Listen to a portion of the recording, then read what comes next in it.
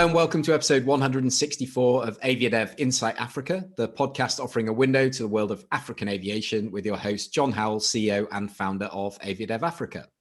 Ahead of the Aviadev Africa online event, which is taking place on the 9th to the 10th of June, 2021, we are focusing on organizations that are delivering innovation that aim to support not just the African aviation industry, but the industry globally in its bid for recovery.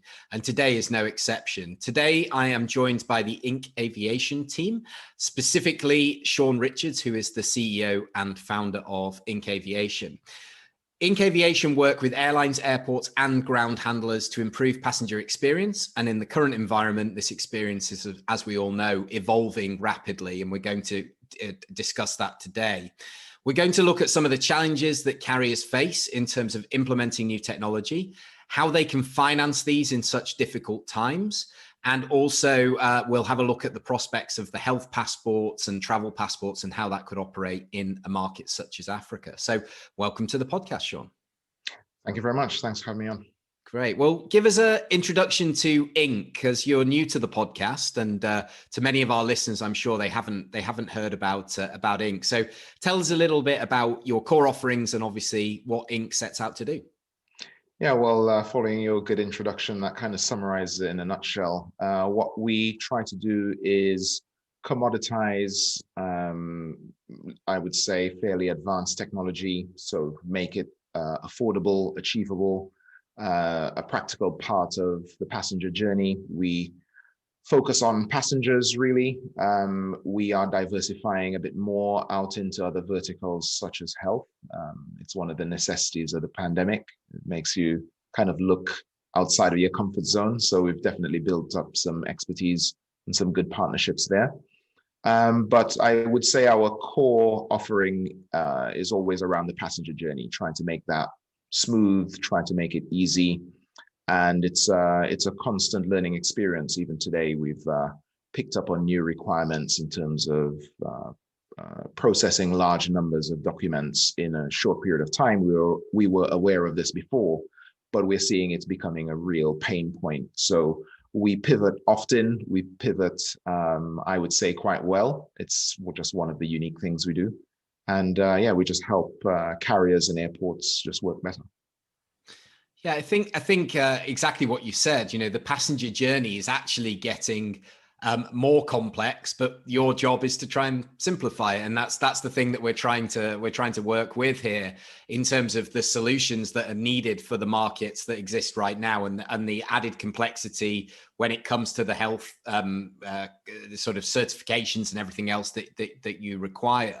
So before we get into that side of it, I wanted to dive into the African market because you've got some great stories there. So can you give us a bit of an overview where you've implemented solutions and what kind of pain points you aim to address with those solutions?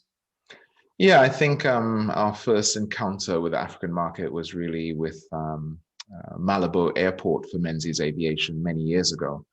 And ever since then, we've come across different stations, different operations.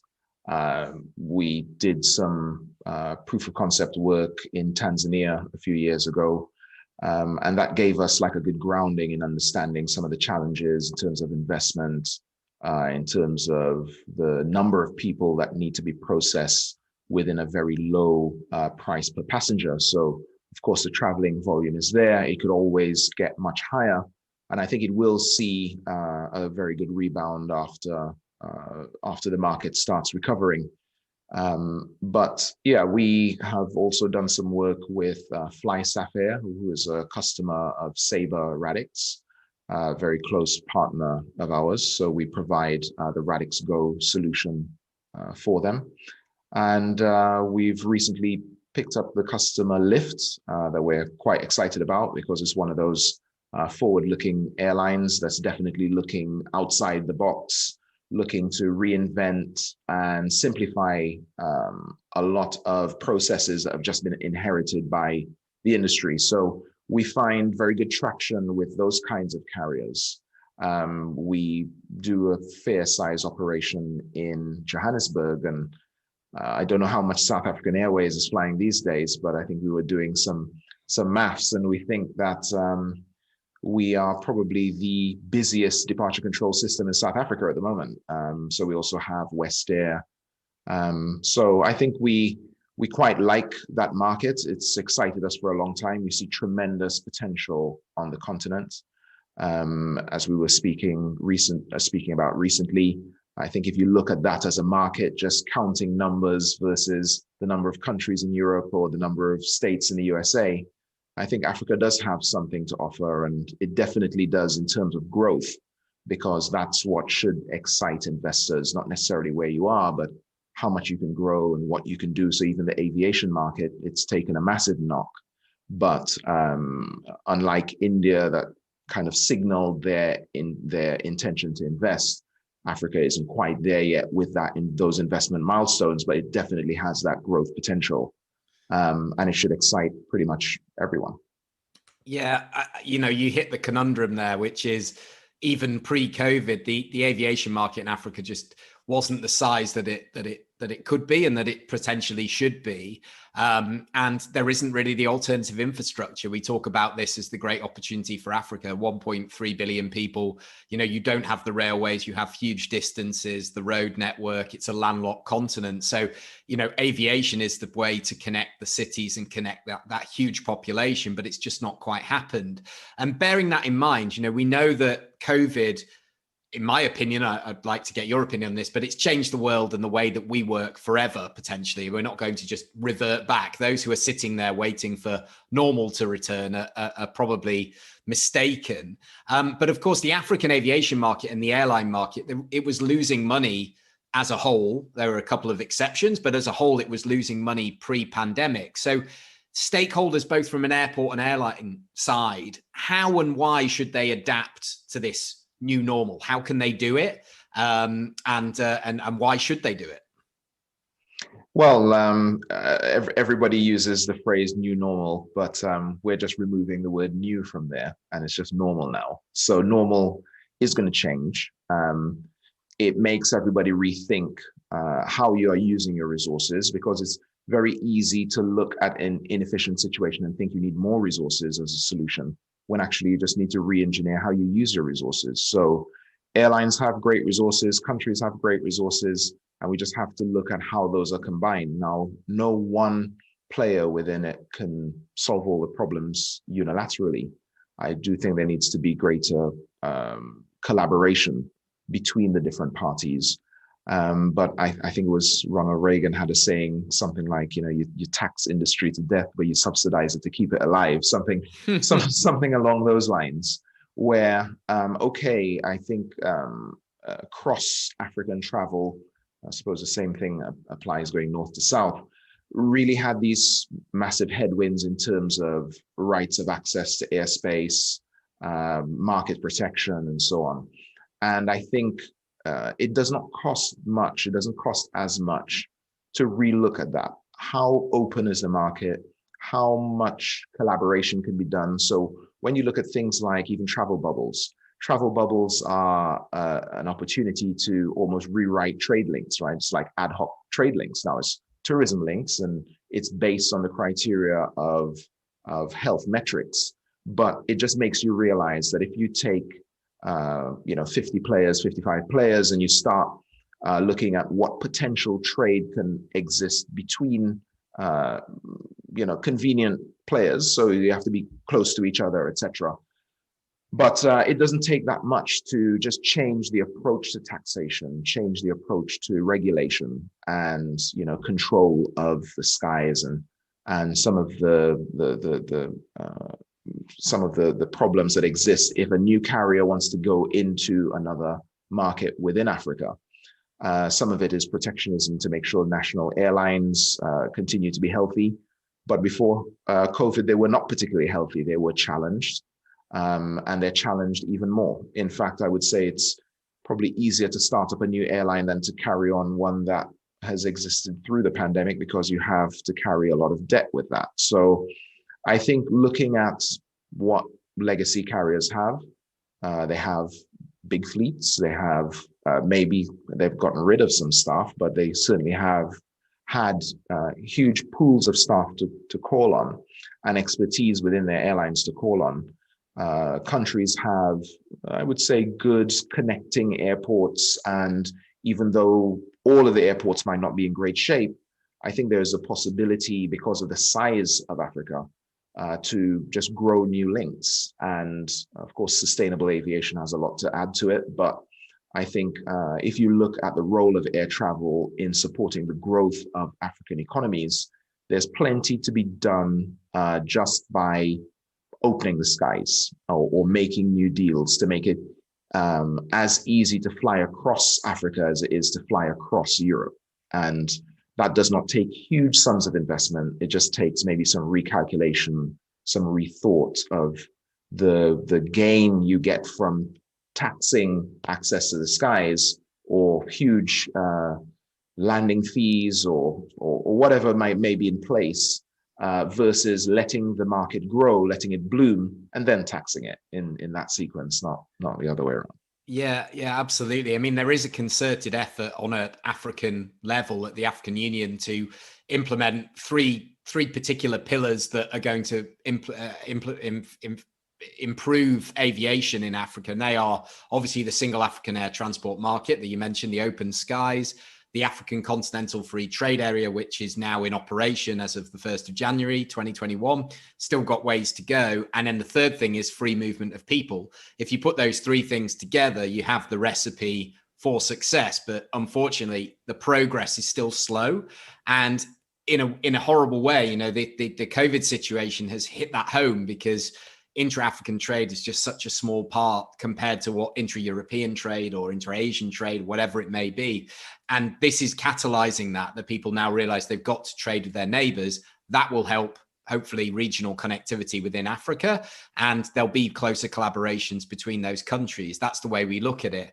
Obviously, in the short term, agreed with you, we can't have governments just increasing taxation. We can't have airports just increasing landing fees to recoup those debts, because they will stamp on the sort of embers of what's left of the industry, and that's definitely something we need to avoid. So while we're staying on the finance side of things, there's obviously airport side and airline side a shortage of cash in the system. That we've had grounded planes, we've had airports closed, etc. How can these airports and these airlines implement modern technology without the huge cost? Because a lot of people think, oh, well, if I'm going to get modern technology, there's going to be a massive capital investment required. Is that the case, or are they just, not thinking in a modern way? Yeah, well, I think if I go back to the previous point I was making about use of resources, I think companies need to look inwardly at what they do spend money on, what they have been spending money on, and really questioning inefficiency that gets baked in as fixed costs onto a balance sheet. So, or profit and loss. They just think, okay, we've always paid out on this. Messaging is one example. We helped some carriers relook at their Type B legacy messaging. And, how much did you spend on that per month? Or what's the shape of your contract? Now, I'm sure people like Facebook would love to charge you per character that you send. People like Twitter will be much richer than they actually are.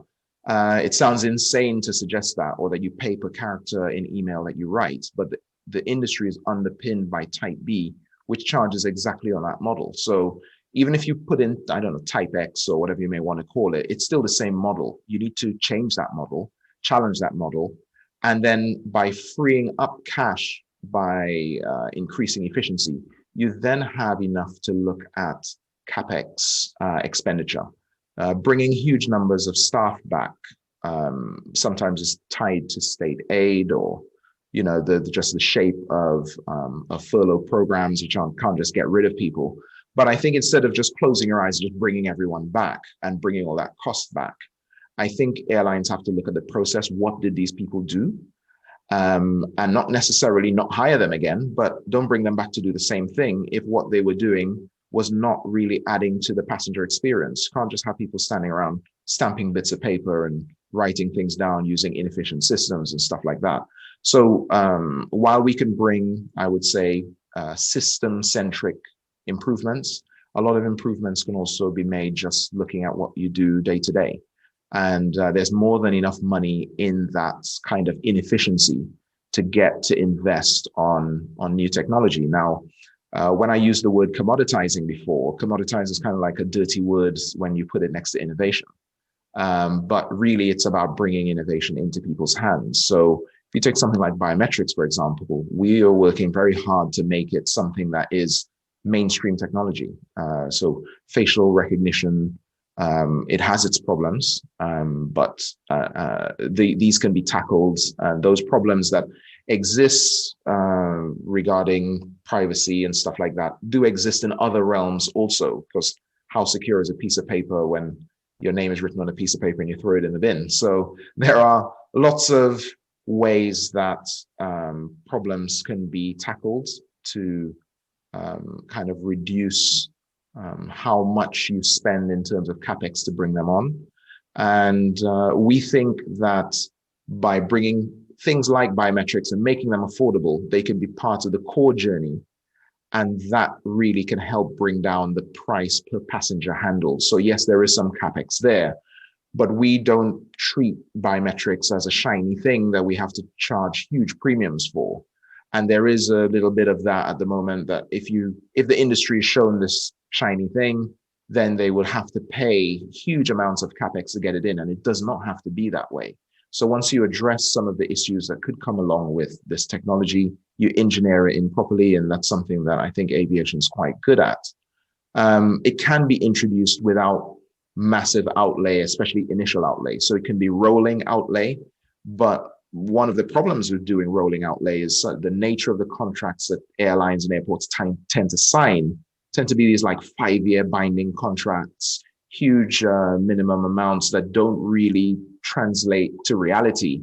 And if you have a drop in something like COVID, yes, you can still have minimums, but somehow it's all got to make sense. And if you need to spend millions to get new technology, then of course you're going to have that problem. If you look at an airport that's struggling probably to even get a good coat of paint on there, you need to get the priorities right. And one of the things that we're doing is really pushing mobile technology as a way to leapfrog away from investment on desktops.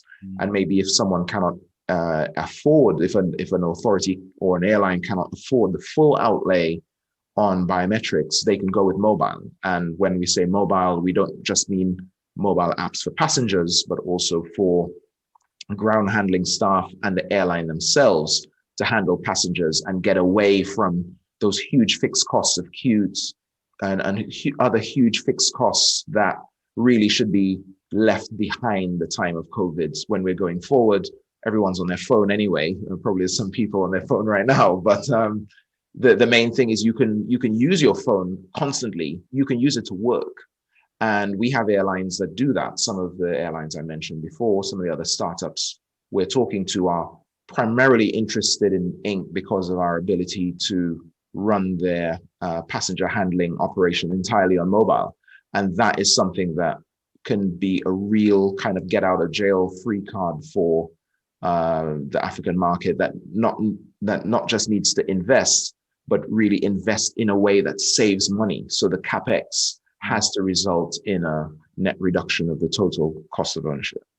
Yeah, and ultimately, the whole biometric solution makes the passenger journey better and it speeds it up. So from an airport perspective, if they can get the people through there quicker, they're spending money in the duty free, in the catering, they're investing, they're spending money, and they've had a pleasant experience. That reflects well on all of us, because that's my biggest worry, is when the world starts traveling again. At the moment, it's so disjointed with bits of paper and different things for each country. And that's where it's quite nice now to bring the conversation into the kind of health passports and the travel passports, whatever we're going to talk to them, the travel wallets. But tell us a little bit more about your feelings and your angle on the sort of health wallets and how you've developed those and how you see that evolving over the next few months. Is that something that is here to stay for all of us, that we will have some sort of health wallet? Yeah, I think it's an essential part of travel. I would argue is probably the most essential part of travel right now. So accounting for your health status used to be quite a minor thing in the past. As many have said, there used to be like this little yellow booklet with your vaccinations when you go to certain countries in Africa. You still need those, but so needing a documented proof of vaccines is actually nothing new. The only thing that's new is digitizing it, and of course, there've been a lot of arguments around the role this has to play in allowing people to have access to their football or their church or the pub or whatever it is. Listen, we don't set policy. We just see this as an essential part of travel. So as you go across border, regardless of how it's implemented in your own country and what they use, they call them immunity passports or whatever they use those for. As you're going from one country to another, the country that is going to receive you needs to know what's your status. So whether you're using a piece of paper or use a digital wallet, you're going to need to account for that. Now, in terms of how we've tackled it, we have specialized really on the authentication piece of this. So we didn't go out and develop our own wallet. We have partnered in a joint venture with Tento Applied Sciences. And we looked through different wallets and really settled on theirs because that offering gave us not just the best app that we could deliver as a bundled part of the solution we give. It's really their backend API allowed us to continue with our vision, which is to connect systems. So to connect aviation systems, airline systems. And as I said, we're looking outside of aviation as well. So it was quite a flexible and powerful solution that we've settled on. But our strategy regarding authentication means that we are happy to welcome any other wallet that an airline or a country might invest in itself. So if a country invests in a wallet and creates its own QR code solution, interoperability is already a problem. And we intend to just support as many as we can and authorize and authenticate in as many wallets as possible. But we're able to bundle a solution. And I think if you expect that that is going to go away in a hurry, I think you may be very wrong there, because it's going to take many countries several years to get vaccinated. And until then, yeah, you have this mismatch between who's fully vaccinated, partially vaccinated. Other strains of coronavirus are going to put tremendous stress on vaccination efforts, and even accounting for that, they're going to be increasing incidences of fraud, and digital wallets address that. There are initiatives for paper, such as smart certificates by the WHO, and IK also has a standard where you can apply a kind of digital seal to a physical document.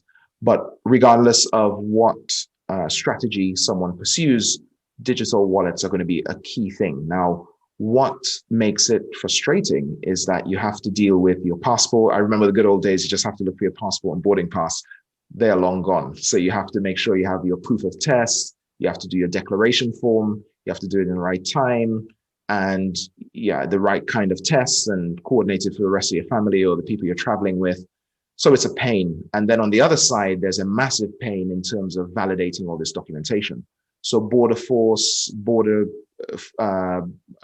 any immigration services or anything like that, they just have this tsunami of documents hitting them now. Could be legitimate, could be illegitimate, who knows? But it's just a new problem. And Heathrow was already seeing delays of 6 hours based on aviation capacity of 15% or something like that, I read. Goodness knows where that's going to end up. I think they're working to solve the problem. But many airports, many countries are going to have similar problems, and the fragmentation of different implementations does not help. But it's only going in one direction. Technology only advances in one direction, and it's just constant progress. So I think as an industry, we probably haven't got it totally right yet, but we need to get it right. And on the continent of Africa, of course, we don't just have to worry about COVID. There are other diseases that need tackling with this kind of technology, domestically as well as internationally. So it's got a massive role to play, and just relying on that old yellow booklet is not enough. We really need digital proof of this and making that more efficient to just keep people healthier. Yeah, I think that's brilliant, and I totally agree with you in terms of, I love that technology is only going one way. It doesn't go backwards, because if you stand still, somebody will leapfrog you, and you're always continually having to innovate and improve. I'd like to kind of just get your feelings on sort of the next 12 to 24 months, not how do we necessarily look, but what should be the priorities from your perspective for airports and airlines in terms of where they should be looking to improve the process? Because I think we're all agreed that these things are here. So is it now sort of right? Okay, we need to think about the passenger and how to get them through and look at some sort of biometric solution or contactless. The contactless journey as best as possible for the passenger. You know, where would you be focused if you were sitting there at an airport? And then obviously as an airline as well, it's slightly different sort of priorities. Yeah, I think aviation has to answer some key questions in terms of how it used to work and the efficiency and the costs of supporting that inefficiency. I think the touchless journey definitely has a lot to add, because the existing journey that is in place for the vast majority of us are not going through a biometric process. It's something that dates back decades. And if a paper boarding pass is replaced by a mobile boarding pass, you're still not actually changing anything. So I think the progress needs to be faster with an eye on reducing costs. So there needs to be that continual progress in terms of making the journey better. But really, aviation needs to shed some layers of cost and just make it, I think, not somewhere that you need to spend huge amounts of money in order to start a new route or withdraw from a new route. The contractual basis, the slot management, there's many things that aviation has sort of naturally grown through. And when there were previous crises like 2008 financial crash, those were 2001, those were challenges, but this is a watershed moment. Now, if we treat it as normal and we think, okay, how do you go forward? It's not about being biggest or strongest, it's being able to adapt. The African market is no different. It needs to adapt. It may have had, or it would have had, a different starting point from which to adapt, but the fact remains it needs to adapt. You cannot become what you hope to be if you just always do the same thing. So you've got to just change the way you think, change the way you work, but not just talk about it. It's really in the implementation of it. Now, the implementation may not be perfect, but I think if an airport just starts up, dust off the cobwebs after I don't know, it's going to be 18 months or whatever we're into, try to pour in a number of different authentication assets, spark up the same counters, tell people to social distance. You're going to need 4 times the space to social distance people at all, within the airport, within buses, you name it. It's just so difficult on so many levels. And many airports are at a certain level right now where it's challenging, but as you try to scale that up into something that's starting to resemble previous volumes, the protocols that need to be in place for people's safety, because there are still going to be a lot of unvaccinated people, just make things unsustainable unless you adapt to it. So I think what needs to happen is just greater collaboration. Just going back to a point you made before about the discussions about open skies in Africa and stuff like that, and it would take a while. We all know it takes a long time for governments to do things. To collaborate takes even longer, and to come out with a decision. COVID changes that. You've got to decide faster. You've got to talk faster. You've got to act faster. And if you don't, you'll be left behind. So if many countries in Africa are prepared to do those things, talk and decide and act faster in time scales that range in days and weeks, not months and years, then they can treat this watershed moment as the thing that spurs them to act and to make a decision. Whereas on a pre-COVID mindset, it would have definitely, what did it take? Decades maybe to get this this kind of unified skies agreement in place. It would definitely have taken many years. If it can be done in some months, Africa is giving itself a head start in a global market, because don't forget, this resets tourism, it resets everything. If it's reset the work environment and the way we work, it's also going to affect the way we find holidays and go on holiday.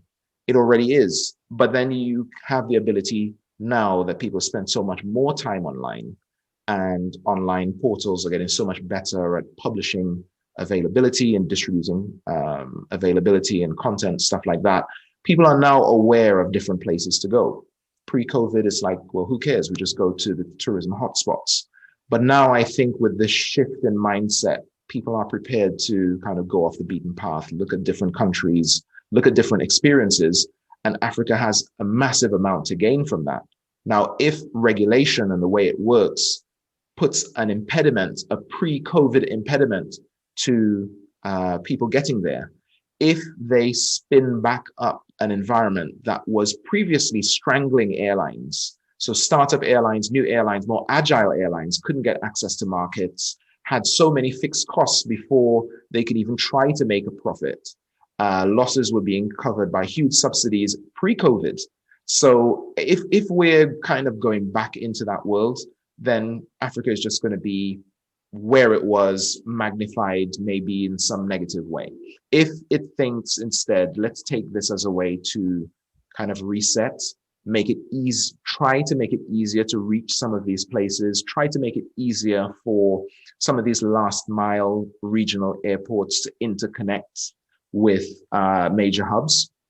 So one of the companies we've been working with, doing some exploratory conversations and brainstorming is Dohop, for example, and they're about spinning up IACHI, or effectively the same thing that IACHI does, which is interlining.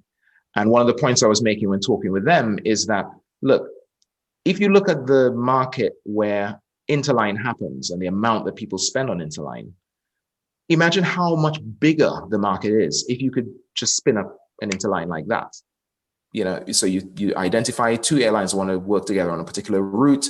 They may compete on other routes, but just looking at that and making it easier to hop off a long haul flight and then connect through your 1 or 2 domestic flights can just inject so much volume into Africa that if we continue to make it a regulatory nightmare to spin up an interline, to spin up an operation, then how can you tap into that willingness people may have to go on their revenge holidays? How can you tap into that if you can't spin up the operation to take them where they want to go? Yeah, I think that's it. You hit the nail on the head in terms of what I've said throughout this whole pandemic is this is the opportunity. You've got a hiatus where things have stopped. You can look at everything. You can look under the bonnet, see what's happening in that car, make sure everything's clean and ready for restart. How do you improve it to get it going? And, you talk about the open skies. That was first discussed in 1988. So it's 33 years, of conversation. If we don't do it now, when do we do it? Because we'll get back into it and we'll be too busy with the operation to worry about creating the right kind of landscape to make these things work. And the other things that you've mentioned are absolutely spot on. I mean, in terms of route development, which is where Aviadev sits right at the forefront, what we want to do is we want countries to understand that you're going to have to work harder than ever to get these airlines to come back. They can choose where they go. They have the aircraft and it's their movable asset. They can deploy that anywhere in the world. Why would they pick your destination? And it's not just how much is it to land and what's the taxes, but what's the process for the passenger? There are certain countries in Africa where it might cost me $200 to get a visa to come and spend 2 weeks and spend loads of money in your country. Why tax me to come and spend money in your country? That's been a big part of the problem, not just in Africa, around the world, but governments can be short-sighted and say, let's think about what money we can get up front. And therefore, they're actually suppressing a market that could be there if they open the doors, facilitated visas. And there's been loads of good work. Don't get me wrong. Ghana, Rwanda, Ethiopia, they all have really good visa regimes. But there needs to be more work. And that's not just them, that's around the world. But, you're absolutely right. This is the opportunity. And I think that technology is only going to only going to support it. So before we go, Shawn, before we let you go, I know that Ink are going to obviously be part of the conference in a few weeks' time. But how can people find out more about Ink? Who should they connect with? How can they get hold of you? Give us a bit of that, and I'll put it in the show notes as well. Yeah, I think the best way to reach out to us is straight on our website, aviation.inc. On there at the bottom, there's a chat feature. We got a contract from that last week, so someone just called up and said, "Okay, we need to start. We have some weeks to start. How quickly can we go?" We said, "Well, we can get you going in days," and they just started up. So you can just reach out on our website. We can do very quick appraisals, and we kind of work with customers, so we don't kind of fight and try to get them to replace their systems and stuff like that. You can find us on LinkedIn. If you just reach out to Blaine Powell, he is the best one to get in contact with. And yeah, I think it's pretty easy to find us through either of those channels.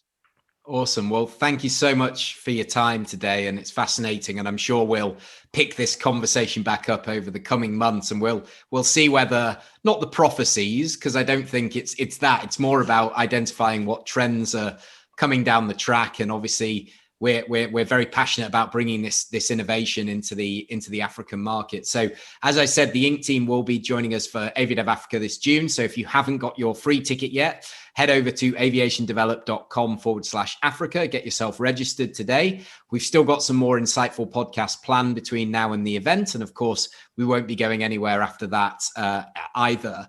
So we look forward to supporting African aviation under our theme this year, which is Innovate, Unite and Thrive. And I think we've covered all three of those topics today with Shawn.